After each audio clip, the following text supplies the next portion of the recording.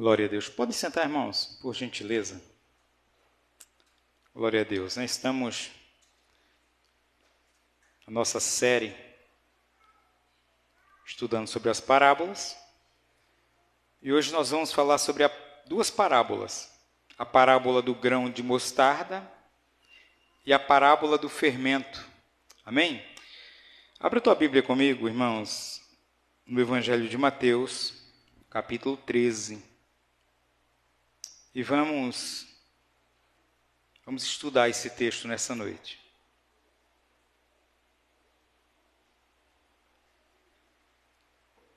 Amém? Evangelho segundo São Mateus, capítulo 13, versículo 31 a seguir. Aleluia. Vamos dar continuidade, à nossa série sobre as parábolas de Jesus. E hoje é a nossa 20ª lição, mas não a 20ª parábola, Por parábola, acredito que já chegamos umas 30, porque só hoje iremos estudar duas, Então, hoje é o nosso 20º estudo. Então diz assim o texto, Mateus 13, 31. Outra parábola lhe propôs, dizendo: o reino dos céus é semelhante a um grão de mostarda, que um homem tomou e plantou no seu campo, o qual é, na verdade, a menor de todas as sementes, e crescida é maior do que as hortaliças, e se faz árvore, de modo que as aves do céu vêm aninhar-se nos seus ramos. Disse-lhe outra parábola: o reino dos céus é semelhante ao fermento que uma mulher tomou e escondeu em 3 medidas de farinha, até ficar tudo levedado. Amém? Glória a Deus. Temos falado que sempre Jesus tinha o hábito de ensinar por meio das parábolas, Jesus, ele tinha esse modo peculiar para ensinar verdades tanto espirituais, quanto verdades, digamos assim, num contexto de um cunho moral para o povo. E Jesus, muitas vezes, ele trazia dentro, ou todas as vezes, ele contextualizava com aquilo que era o cotidiano dos seus ouvintes. Hoje alguém pode dizer assim: pastor, mas a mostarda não é a menor semente. Alguém poderia... Mas a gente tem que entender o texto para quem estava sendo dito, nas condições, no conhecimento da época. E é claro que para os judeus, a menor semente que eles conheciam, e era comum eles plantarem, era a semente da mostarda. Então, no contexto ou no conhecimento deles, a mostarda era o menor grão ou a menor semente. Chegando a medir, muito pequena mesmo. Se você for olhar, é menorzinha do que um alpiste. Bem menorzinha do que um alpiste. E no contexto deles, eles sabiam que era a menor das sementes que eles conheciam. E Jesus usa esse meio tão conhecido para poder ensinar verdades práticas, coisas que eles pudessem absorver e aplicar também nas suas vidas. E Jesus, ele usa esse par de parábolas para falar a respeito do reino dos céus, para falar a respeito do reino de Deus. Coisa maravilhosa, São as chamadas parábolas do reino. Capítulo 13 de Mateus, Jesus conta 13 parábolas nela, 13. Se você for olhar, Jesus começa com a parábola do semeador, depois Jesus ele vem com a parábola do joio, depois do grão de mostarda, do fermento, depois ele vem com a parábola do tesouro, da pérola e da rede, e ele fecha aqui, Claro que a Bíblia, quando foi escrita o Novo Testamento, a Bíblia, no contexto geral, ela não era dividida em capítulos, nem versículos, mas quando ficou organizado aqui, o capítulo 13... Só dentro desse capítulo aqui, dentro desse sermão, Jesus fala sobre 7 parábolas, na qual ele fala sobre o reino de Deus. Amém? Então, a gente entendendo isso, Jesus ele tinha uma necessidade com que seus ouvintes entendessem a sua missão. Jesus queria contextualizar a sua obra e o reino de Deus. Para que a gente possa entender assim, poderia se perguntar, mas o que é o reino de Deus? A gente poderia falar de forma clara e direta que o reino de Deus é o alcance de Deus através de Cristo. Aonde há uma pessoa que foi convertida, que ouviu a mensagem do Evangelho, e tem Cristo como seu Senhor, que tem Cristo como seu Salvador, ali se manifesta o reino de Deus. Amém? Então o reino de Deus está ligado a nós, está ligado à igreja, está ligado ao conhecimento da palavra. E esse texto, ele vai falar exatamente sobre essa questão. Então, vejamos. Vamos falar um pouco sobre o sentido, né, do grão de mostarda. É claro que Jesus ele queria aplicar coisas práticas, coisas que as pessoas pudessem memorizar. Então, imagina, Jesus sempre ele parte do menor para o maior. Jesus parte de algo pequeno para algo grande. Né? Não de uma proposta, de repente, muito grande, mirabolante, e dá em nada. E a cheia dessa questão, né, do pequeno, do menor, do que não é, do que não sabe, do último, não é verdade? A Bíblia ela é muito direta nessa questão. E de algumas parábolas que a gente estudamos aquela parábola, né, que o Senhor ele saiu para contratar funcionários, empregados, né? Ele sai desde a primeira hora do dia até a última hora do dia, ele sai chamando pessoas, desde a primeira hora até as 5 horas da tarde, né? Ele vai contratando pessoas e ele vai falar depois ali, nos dá a entender que os últimos serão os primeiros. A gente vai entender lá também que quando Jesus, daquele que é fiel no pouco, ele coloca no muito. Então, os ensinamentos de Jesus têm a ver com essa questão de crescimento, tem a ver com essa questão aí que ele, do pequeno, ele faz o grande, do pouco, ele faz o muito, que o último, ele é o primeiro, e é assim que Jesus, ele trata. Então, nessa mesma visão, Jesus, ele coloca aqui a proporção, ou seja, do menor para o maior, de algo crescente. Então, ele fala da menor das sementes conhecida pelos judeus, pelos discípulos, né? Pelas pessoas que estavam ouvindo ele diz, olha, está vendo o grão de mostarda? Ele é o menor dos grãos que nós plantamos, que vocês plantam todo dia, mas observa que quando ele cresce, né, ele chega, é claro que a mostardeira, né, ela não é em si uma árvore, mas ela chega mais a parecer com um arbusto do que com uma árvore, mas ela chega a ficar realmente de tal forma, né, mais ou menos 3 metros, ao ponto que algumas aves conseguem se aninhar nela. Então, qual é das hortaliças que a gente consegue ver uma coisa dessa? Então, Jesus ele faz essa comparação para mostrar, está vendo, de um grão tão pequeno, de uma semente tão pequena, olhando para ela, não dá para imaginar que um dia os pássaros irão se aninhar nela. Então, é nessa ideia que Jesus traz, e é claro que isso daí vai mostrar para a gente o quê? A expansão do reino de Deus. E nós vamos vendo que na maioria das parábolas que Jesus trata dentro desse sermão, começando com a parábola do semeador, Jesus sempre vai colocando a questão da parábola do semeador, do joio e do trigo, tudo na ideia de semente, né? A questão de algo que se planta, e isso está relacionado com a sua palavra, a expansão, ao crescimento que a palavra de Deus se manifesta. Então, a semente da palavra de Deus, ela tem crescimento, ela mostra também o exterior, ela mostra de uma forma visível o que ela é capaz de fazer. Ela vai apontar para algo que, de repente, aparentemente, se olhando a princípio, não se poderia esperar nada dessa semente.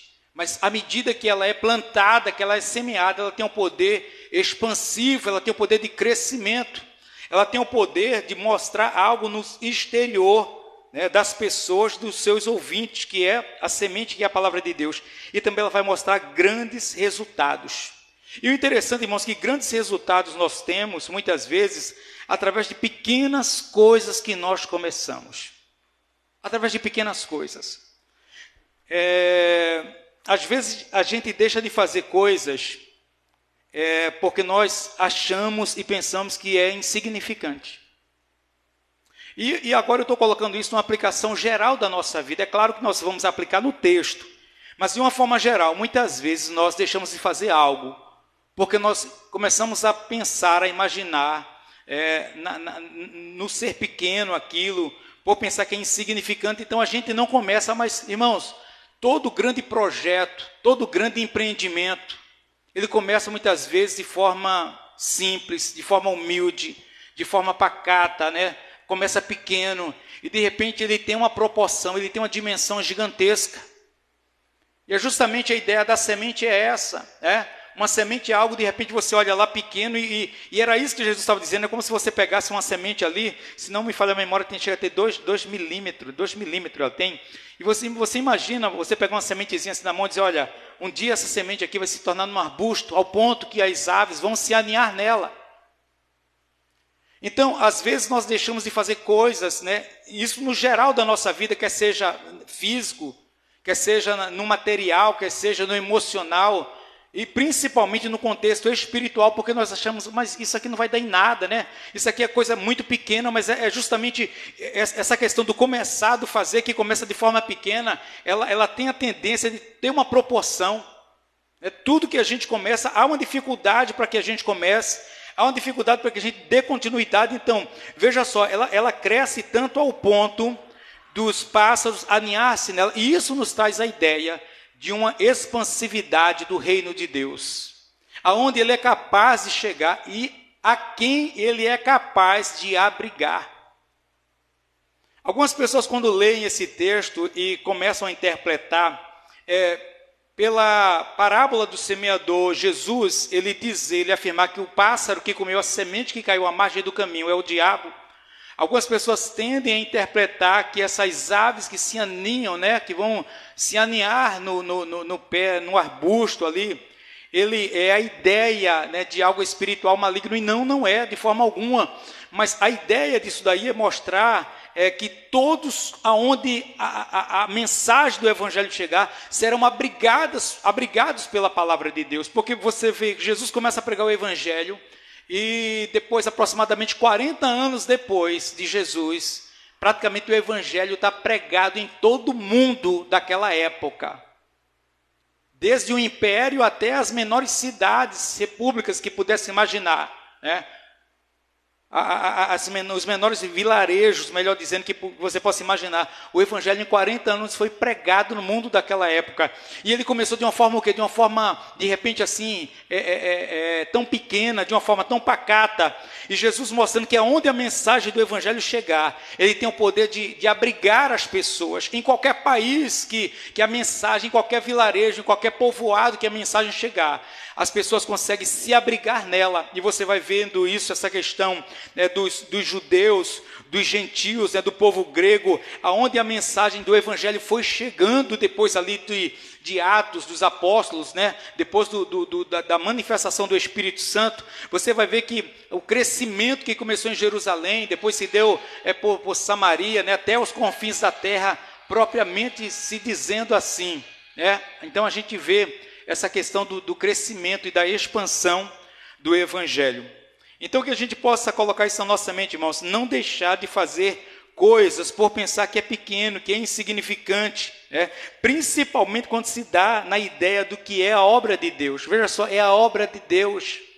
Você lembra quando os discípulos pregando o evangelho, e de repente o conselho ali em Jerusalém, o sinédrio, disseram, olha, a gente precisa dar fim a esse pessoal, a gente deve parar, intervir com essa pregação, com essa manifestação. E eles chegam na ideia, né? Eles chegam na ideia ali. Gamaliel diz para eles, olha, vocês parem para pensar o seguinte, se esses homens pregam uma mensagem que vem de Deus ou não. Se essa mensagem vem de Deus, vocês vão se dar como lutando contra Deus. Mas se porventura essa obra é de homem, ela vai parar. Ela vai acabar, ela vai cessar por si só. A obra, quando é do homem, ela para, ela não dá continuidade. Agora, quando é de Deus, Deus dá os meios para que a gente continue. Quando a obra é de Deus, Deus dá a graça para que a gente vá em frente. Quando a obra é de Deus, ninguém consegue parar, ninguém consegue deter. E assim foi, né? Prenderam os discípulos, mataram lá os apóstolos, né? Não restou nenhum deles, né? Todos foram assassinados lá. Foi surgindo novos cristãos queimados vivos, comidos vivos nas arenas por leões. Mas mesmo assim, a mensagem do Evangelho chegou até nós. Até hoje, em pleno século XXI, onde a mensagem do Evangelho é proibido em muitos países, é proibido, tem muitos países que proíbem a pregação do Evangelho. Mas me pergunto uma coisa, não existe Evangelho lá? Existe. Existe Evangelho lá. Porque ninguém consegue deter essa questão, ninguém consegue deter essa obra. No país que seja, né, digamos assim, mais de cortina mais fechada, de porta mais fechada para o Evangelho, há cristãos lá dentro. Então, por que isso? Porque há uma expansividade do reino de Deus. O reino de Deus, ele floresce de tal forma, ele vai, porque Deus, ele é quem mantém, Deus é quem vela, Deus é quem zela.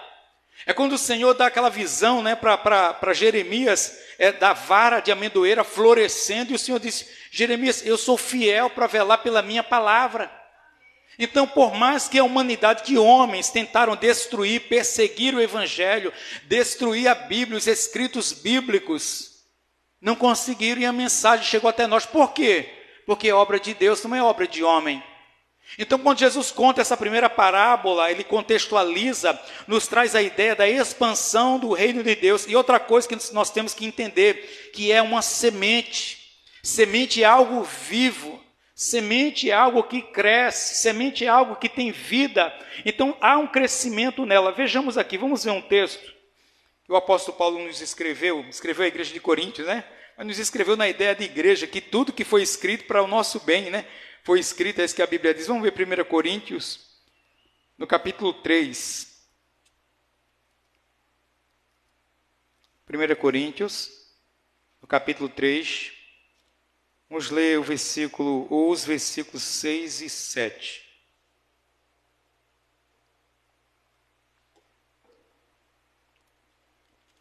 Amém? Eu plantei, Apolo regou, mas o crescimento veio de Deus, de modo que nem o que planta é alguma coisa, nem o que rega, mas Deus que dá o crescimento. Então, veja só, irmãos, tem duas missões aqui que nós podemos fazer. É plantar e regar. Isso, até se a gente colocar dentro de um contexto físico, material, você pega uma semente daquilo que você quiser plantar, você pega, você planta e você rega. Mas a Bíblia diz que quem dá o crescimento é Ele, é o Senhor, é Deus que dá o crescimento, é Jesus quem dá o crescimento da semente. E é claro que Paulo está contextualizando isso dentro de quê? Da pregação do Evangelho. E isso vai mostrar o que? Uma responsabilidade que nos cabe de quê? De plantar e de regar. Quando nós plantamos uma semente, é quando de repente alguém tem um encontro com Deus. Quando você pregou o Evangelho para alguém, quando você ensinou as verdades bíblicas para alguém, e a pessoa disse, não, eu creio. Eu aceito essa semente, eu aceito essa palavra, eu creio nela, amém. A palavra, a semente foi plantada. A pessoa pode dizer assim, mas eu não sei falar do amor de Deus, eu não sei pregar o Evangelho.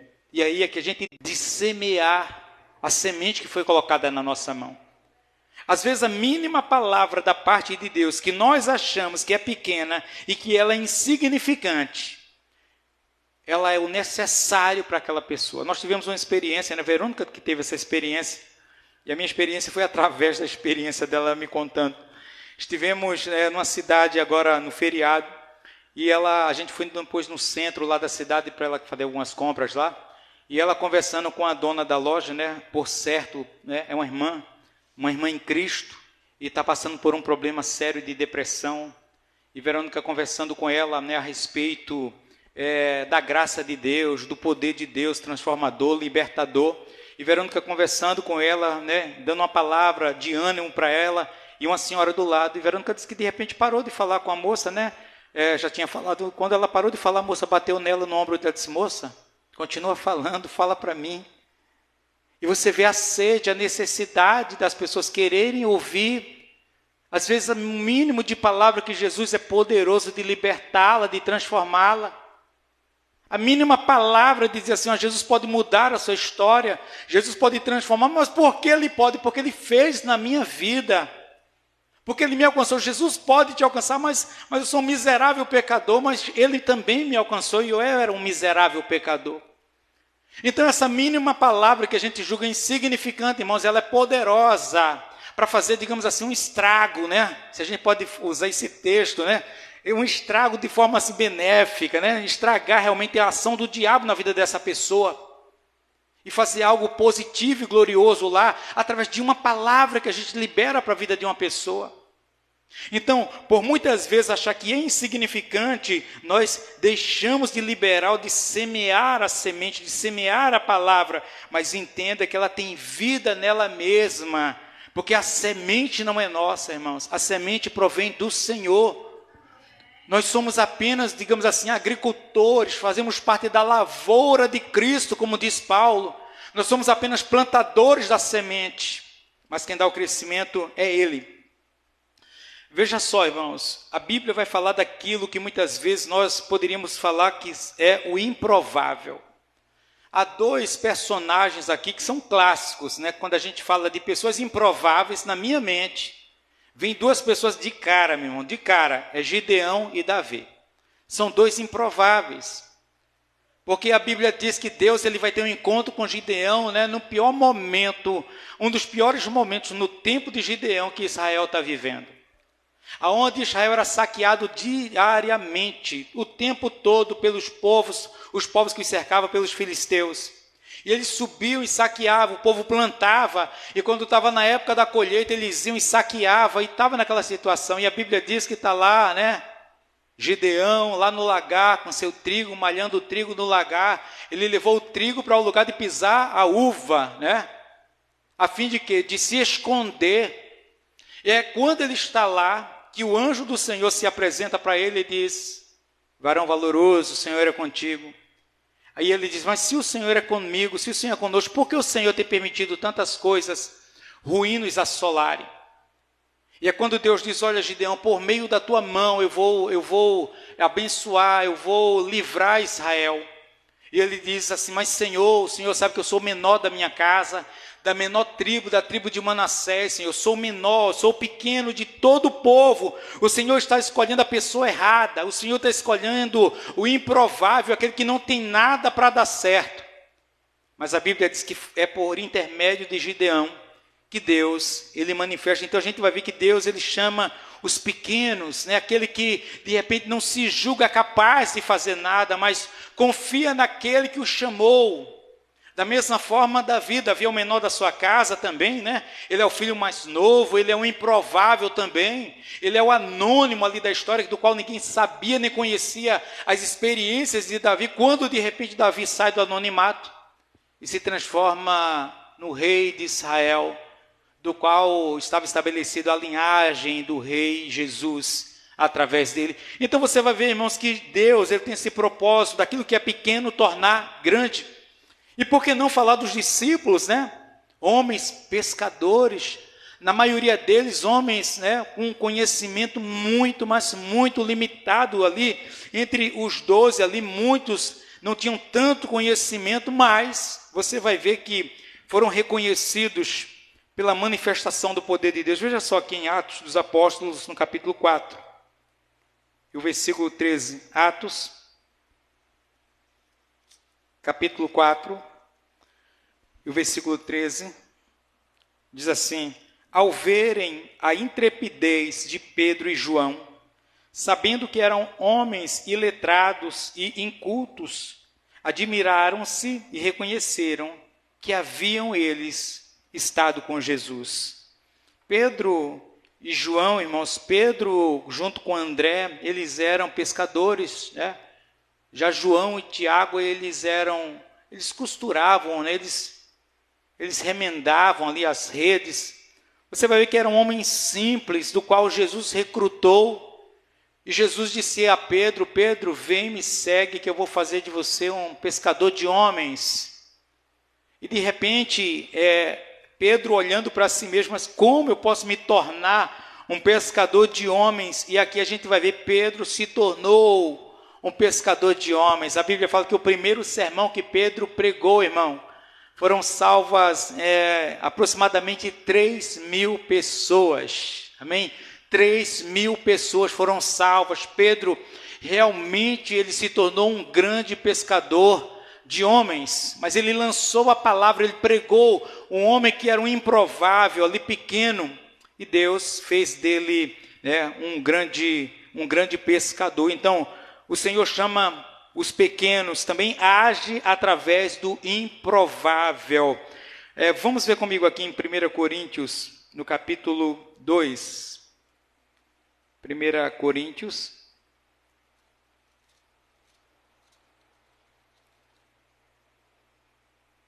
No capítulo 2.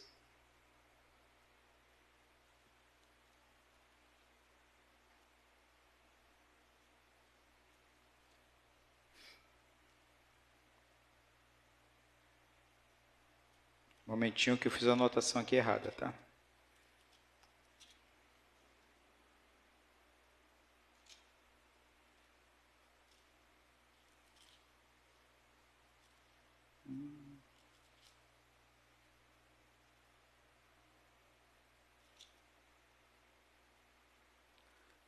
Só um momentinho.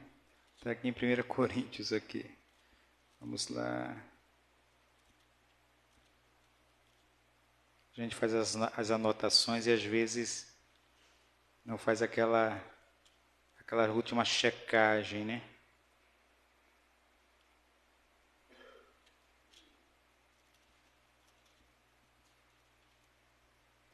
É isso mesmo. É 1 Coríntios, capítulo 1. Estava indo para o 2 Coríntios, no 2. 1 Coríntios, capítulo 1, versículo 27 e 28. 1 Coríntios 1, 27 e 28. Pelo contrário, Deus escolheu as coisas loucas do mundo para envergonhar os sábios, e escolheu as coisas fracas do mundo para envergonhar as fortes. E Deus escolheu as coisas humildes do mundo e as desprezíveis e aquelas que não são, para reduzir a nada as que são, a fim de que ninguém se glorie na presença de Deus. Então, esse texto, irmãos, ele vai nos mostrar, nos dar uma base, para mostrar que Deus age através do improvável, Deus age através, de forma contrária, das coisas loucas. Olhando para Pedro e João, uma coisa louca, né? Camarada pescador pregando uma mensagem dessa, com tanta ousadia, intrepidez, poder, autoridade. Deus usa as coisas loucas, Deus pega as coisas fracas, Deus pega os pequenos, os humildes, os que não são, os desprezados. Para quê? Para que Deus possa fazer o que é grande. A gente vai ver Davi, ele quando está se escondendo de Saul, ele está dentro de uma caverna se escondendo, e lá vai se esconder com ele mais 400 homens. 400 homens. Irmão, só homem mau. A Bíblia diz, só homem ruim foi congregar ali com Davi, foi recorrer, foi habitar ali juntamente com ele. E aqueles homens se tornaram os valentes de Davi. Aqueles homens começaram a andar com Davi. E aqueles homens aprenderam a conhecer Deus através da vida de Davi. E a Bíblia vai falar de exemplos daqueles homens que chegaram a lutar com gigantes armados. E eles muitas vezes só com a vara na mão. Aqueles homens conseguiam desarmar gigantes, conseguiam desarmar guerreiros e matá-los. Então, a gente vai ver que Deus, ele usa as coisas pequenas, as coisas improváveis, né? Deus parte muitas vezes do pequeno e manifesta. Por quê? Porque é obra de Deus, porque é reino de Deus, porque é a vontade de Deus, porque Deus estabelece dessa forma, e Ele dá o suprimento, o mantimento, Ele dá as condições. Ainda quando muitas vezes a gente acha, não sou capaz, não posso fazer, não tenho condições, não tenho capacidade, mas se o Senhor nos chama, meu irmão, se o Senhor nos envia, certamente Ele nos habilita também para tamanha obra. O próprio Jesus, irmãos, quantas vezes Jesus, ele não foi, digamos assim, ignorado? Quantas vezes alguém olhou para Jesus e falou coisas assim, mas esse aí não tem condições de nada, quem ele pensa que é? Está lembrado daquele episódio lá, dos amigos que levaram um amigo lá, que desceram pelo teto ali daquela casa lá, e Jesus olhando para ele disse, olha, perdoados são os teus pecados. E ficaram pensando nos corações, mas quem ele pensa que é? Quem esse homem pensa que é? Quem pode perdoar é Deus, quem ele pensa que é? Então, o próprio Jesus, irmãos, ele foi visto como um improvável, como algo que não daria certo, como algo que nada iria acontecer. A própria Escritura vai falar alguns textos. Veja aqui no Evangelho de João, capítulo 6 de João.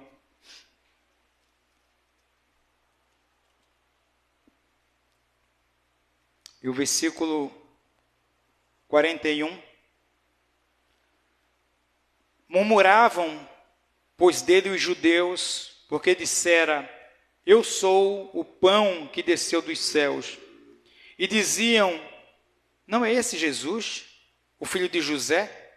Acaso não lhe conhecemos o pai e a mãe? Como, pois, agora diz, desci do céu? Então, as próprias pessoas olhando para Jesus, não acreditavam na sua palavra, não acreditavam naquilo que ele afirmava, não acreditavam naquilo que ele dizia. Isso vai acontecer, veja ainda no Evangelho de João, no capítulo 1 de João, até um dos discípulos, quando ele é convidado a seguir a Jesus, veja só, Evangelho de João no capítulo 1, e o versículo 43 a seguir. João capítulo 1, o Evangelho diz assim, versículo 43, no dia imediato resolveu Jesus partir para a Galileia e encontrou a Filipe, a quem disse, segue-me. Ora, Filipe era de Betsaida, cidade de André e de Pedro.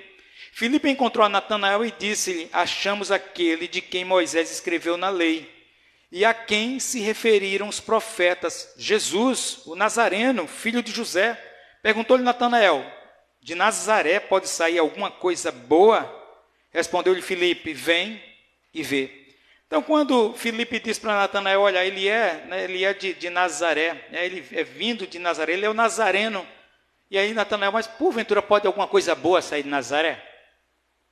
E a resposta de Filipe é a que você ouviu, vem, presencia, vê, prova dele e vê se realmente ele é ou não é. Então você vai ver até Jesus, as pessoas olhavam para ele, até na cruz, no último momento ali da crucificação, foi o que disseram, se tu és filho de Deus, desce dessa cruz aí, mostra que você é filho de Deus. Então o próprio Jesus, irmãos, nós olhando para ele, as pessoas olhando para ele não imaginavam a proporção ou o alcance do Evangelho. Paulo vai falar isso no final da sua primeira carta aos Coríntios, ele vai relatar dizendo que toda semente, para que ela possa produzir, ela tem que morrer. Toda semente tem que ser sepultada. E ele fala isso a respeito da pessoa de Jesus, porque era necessário Jesus ser plantado, era necessário Jesus como a principal semente ser semeado na terra, morrer e ressuscitar. A partir daí, a partir da morte e ressurreição de Jesus, é que a igreja ela floresce, é que a igreja ela nasce, ou seja, nós somos resultados da morte e ressurreição de Jesus, nós somos o resultado da semente que é Cristo ter sido semeada. Quando ele é sepultado, ele é semeado. E aí sim, a partir dele, a igreja surge. A igreja, ela produz. Tanto é que a festa de Pentecostes, ela é a festa da colheita, das primeiras colheitas da plantação. E é justamente nesse dia de Pentecostes, que Pedro, quando prega, ele se torna ali o grande pescador de homens. E Pedro, quando prega essa palavra aí, a Bíblia diz que quase 3.000 almas, cerca de 3.000 almas se converteram. O que é isso? Isso é o início da colheita. Isso é o início da grande colheita, da plantação que Cristo ele fez. Em segundo lugar, quando Jesus ele fala sobre a parábola agora do fermento, que ele usa essas parábolas de uma forma par. Ele fala tanto do grão de mostarda como a ideia de expansão e do exterior. Agora, quando ele fala que sobre o fermento que uma certa mulher colocou, escondeu em 3 medidas de farinha até toda a massa ficar levedada, toda a massa está sobre o efeito do fermento ou fermentada. Então, se a semente ela mostra expansão ou expansividade, então, irmãos, o fermento ele vai mostrar o que? Transformação. Ele mostra que a mensagem do evangelho, aonde ela chega, ela transforma. A mensagem do evangelho é capaz de transformar. Às vezes as pessoas estão nas igrejas ou procurando igreja, digamos assim, eu vou para a igreja porque eu quero ser rico. E tem igreja que prega isso, né? Se você vir para cá e se você fizer tudo que a gente vai pedir, você vai ser rico, não é verdade? A pessoa às vezes diz, eu vou para a igreja porque eu quero um bom emprego, eu vou para a igreja porque eu quero isso, aquilo, outro, né?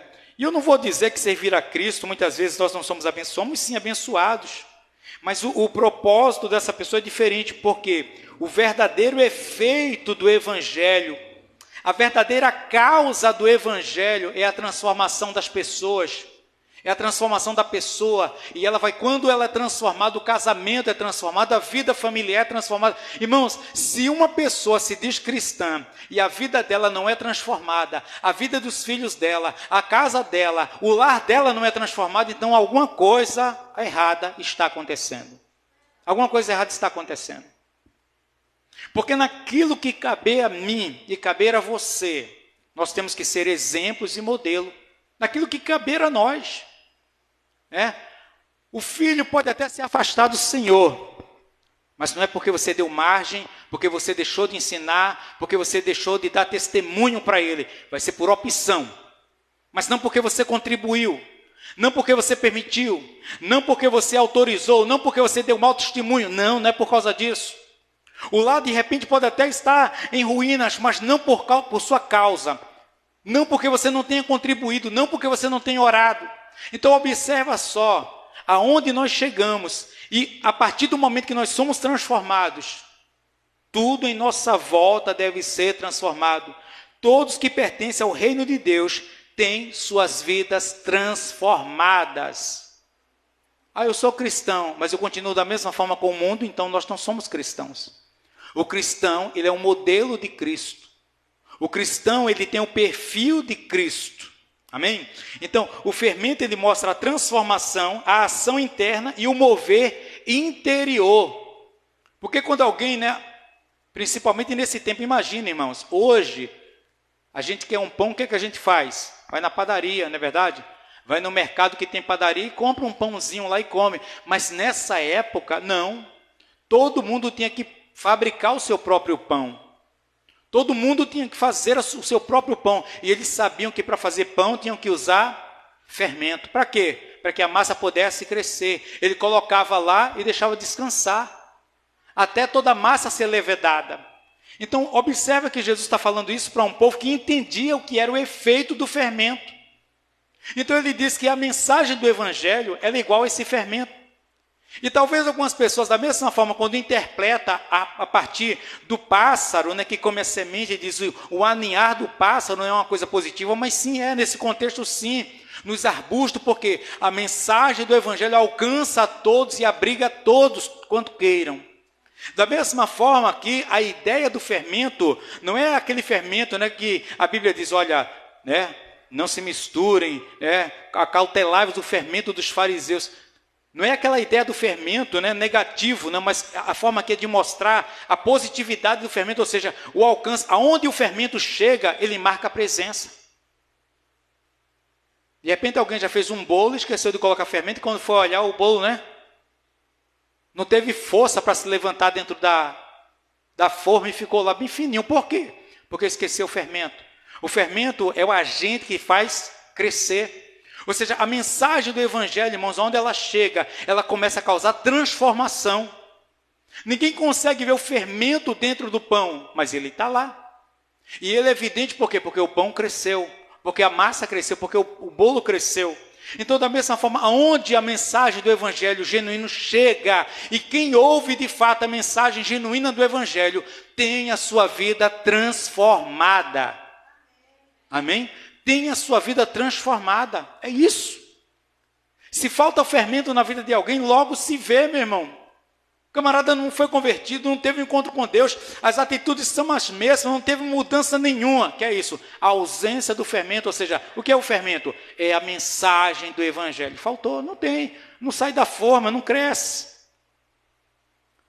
Mas nós temos deveres dentro do reino de Deus. Vamos voltar lá na carta de Paulo aos Coríntios, no capítulo 3.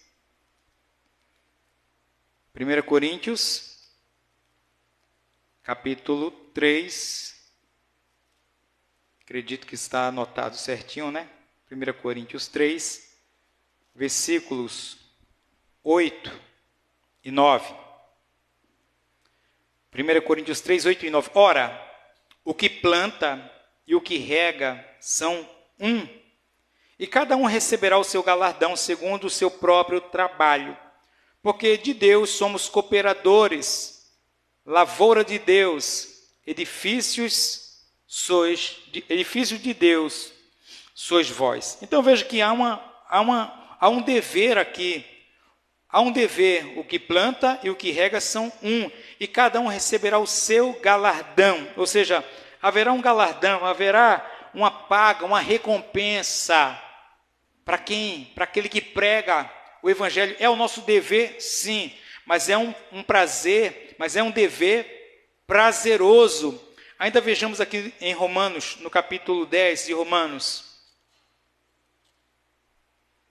Paulo ainda trata desse assunto aqui para os romanos, no versículo 15, capítulo 10 de Romanos, versículo 15, onde Paulo começa a falar sobre a mensagem, o alcance da pregação do Evangelho. Ele diz assim: e como pregarão se não forem enviados? Como está escrito, quão formosos são os pés dos que anunciam coisas boas. E esse texto aqui que Paulo faz menção está lá em Isaías 52, 7. Quão formosos são os pés dos que anunciam coisas boas. Observe que a mensagem do Evangelho, como o Senhor fala lá em Isaías 53, ela tem um alcance, ela tem um propósito. E lá Deus, ele aplica, ele faz uma colocação da palavra como fosse água.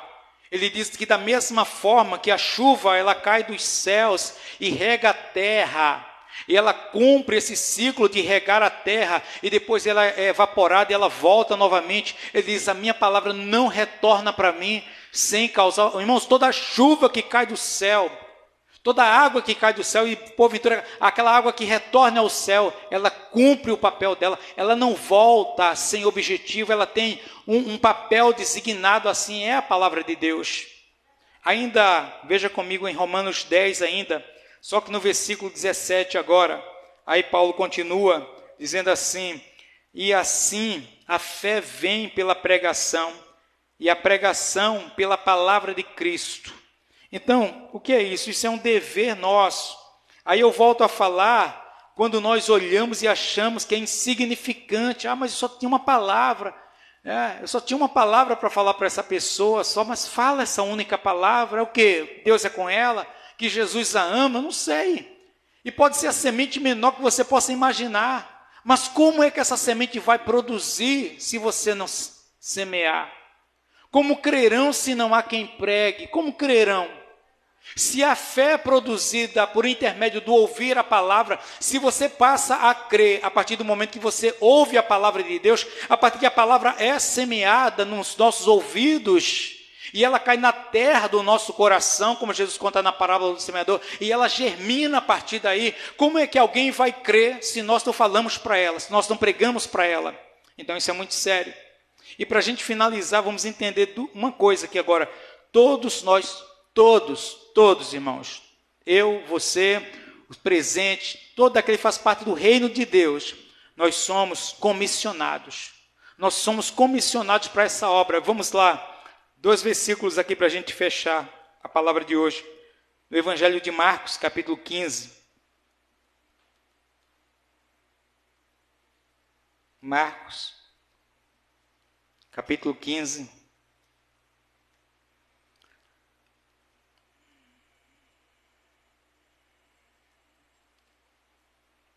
Ou melhor, capítulo 16. E o versículo 15. Amém? Marcos 16, 15. E disse-lhe: ide por todo o mundo, pregai o evangelho a toda criatura. Vê o 16. Quem crer e for batizado será salvo. Quem, porém, não crer será condenado. Irmãos, nós não podemos salvar nem condenar ninguém. Nós podemos dar a oportunidade para a pessoa crer ou não crer.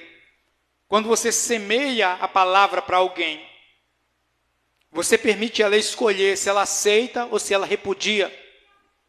Se ela abriga a palavra ou se ela rejeita a palavra. Só que Jesus diz o seguinte: ide por todo mundo. Né?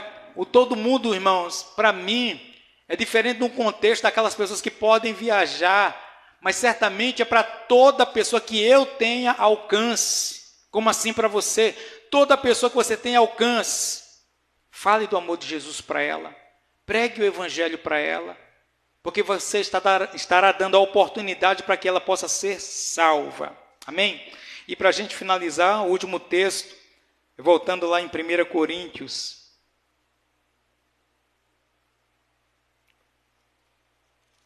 no capítulo 9, e o versículo 16. 1 Coríntios, capítulo 9, e o versículo 16. O apóstolo Paulo diz: se anuncio o evangelho, não tenho de que me gloriar, pois sobre mim pesa essa obrigação, porque ai de mim, se não pregar o evangelho. Irmãos, todo salvo na pessoa de Jesus, todo aquele que faz parte do reino de Deus e entende que ele foi alcançado, que a semente da palavra chegou até ele, ele entende que ele tem uma necessidade, ele tem uma necessidade de alcançar outras vidas, de alcançar outras pessoas, de poder falar de Deus, e com certeza Deus dará a melhor estratégia, te dará a melhor oportunidade para você pregar o evangelho para alguém. E não importa a classe, não importa a posição, não importa quem seja, na tua simplicidade, se Deus colocou essa pessoa no teu caminho, Deus vai te dar a oportunidade de você pregar para ela. Eu já testemunhei aqui de certa vez que eu pus no coração, o Senhor que pôs no meu coração, de pregar o evangelho para um cliente meu, e ele é dono de uma empresa lá em Taubaté. E certa vez ele me chamou e ele disse assim: eu preciso que você venha ver um local que eu vou abrir lá em Lorena. E eu combinei com ele, fui até Taubaté, de lá, né, entrei no carro dele e a gente foi para Lorena. E de Taubaté para Lorena nós dá mais ou menos 50 quilômetros. E começamos a conversar sobre serviço, e de repente o Senhor falou: isso é uma oportunidade para você pregar o evangelho. Irmãos, eu tenho um problema comigo, que quando eu começo a falar eu não paro. Eu comecei a falar da obra salvífica de Cristo, eu só parei de falar quando ele estacionou o carro, eu parei de falar. Eu deixei, e eu percebia que à medida que eu falava, ele olhava e ficava prestando atenção. Quando voltamos ainda, tocamos ainda no assunto, conversamos a respeito, aí ele já fez algumas perguntas. E, sabe, no coração, aquela sensação de missão cumprida, dizer: poxa, tive uma oportunidade de pregar o evangelho para ele. Aí quando voltei, novamente ia para Lorena, passei lá em Taubaté, comprei uma Bíblia, fiz uma dedicatória, entreguei a Bíblia para ele, pensando o seguinte: preguei o evangelho, coloquei uma Bíblia na mão dele agora. Ou seja, a minha parte, talvez outras pessoas passem na vida dele, outras pessoas passem na história dele, eu não sei. Mas a minha parte eu fiz, eu preguei o evangelho para ele, eu semeei naquele coração, e a minha oração é para que o Senhor faça regar. E assim, irmãos, eu tenho certeza que para cada pessoa que você pregar o evangelho, me lembro agora, me traz a memória, numa época eu trabalhava, fazia muita viagem, trabalhava fora por aqui fazendo um serviço, e eu vinha certa vez lá de São Bento do Sapucaí. Quando eu saí da cidade, no trevo lá, tinha um homem parado, e eu passei dele. Acho que passei uns 100 metros, 200 metros dele. Sabe quando de repente o Espírito Santo diz assim, para e dá carona? E ó, isso é uma coisa que eu não gosto de fazer com ninguém não, irmão. Porque é perigoso você parar para dar carona, principalmente que você não conhece, né? Aí eu parei o carro, joguei para o acostamento e voltei de ré até onde ele estava. Disse, está indo para onde, irmão? Ele disse, eu estou indo para... Agora eu esqueço o nome da cidade, uma cidade que fica ali... Quando você vem de Campos do Jordão, você passa por dentro dela para ir ali para o sul de Minas. Esqueço o nome da cidadezinha ali. E ele disse, eu estou indo para lá. E eu ia para Campos do Jordão. Como o Espírito Santo sabe das coisas, né? E eu disse, vou passar por dentro dessa cidade. Ele disse, você está indo para onde? Estou indo para tal lugar. Um lugar totalmente contrário, né? À igreja. Aí eu disse, não, isso não é em vão. Vou pregar o evangelho para esse camarada. E ali fui falando do amor de Jesus. Do ponto que peguei aquele homem até a porta do lugar. Eu entrei na avenida que passei na porta onde ele ia ficar e deixei ele na porta lá. Eu disse, meu Deus, como o Senhor é maravilhoso. Eu preguei o evangelho para esse camarada, não foi em vão de forma alguma, o Senhor preparou esse momento. Então, irmãos, devemos estar atentos. Primeiro, já temos um ID que pesa sobre nossas costas e pregar para toda pessoa. Para todas as pessoas, devemos buscar uma oportunidade de falar do amor de Cristo. Principalmente quando o Senhor criar determinadas circunstâncias, pregue, fale do amor de Cristo. Pastor, é só uma palavrinha. Irmãos, a semente aparentemente pode ser pequena, mas o alcance dela é tremendo, porque ela tem vida, amém? Ela é a palavra de Deus. Vamos colocar de pé.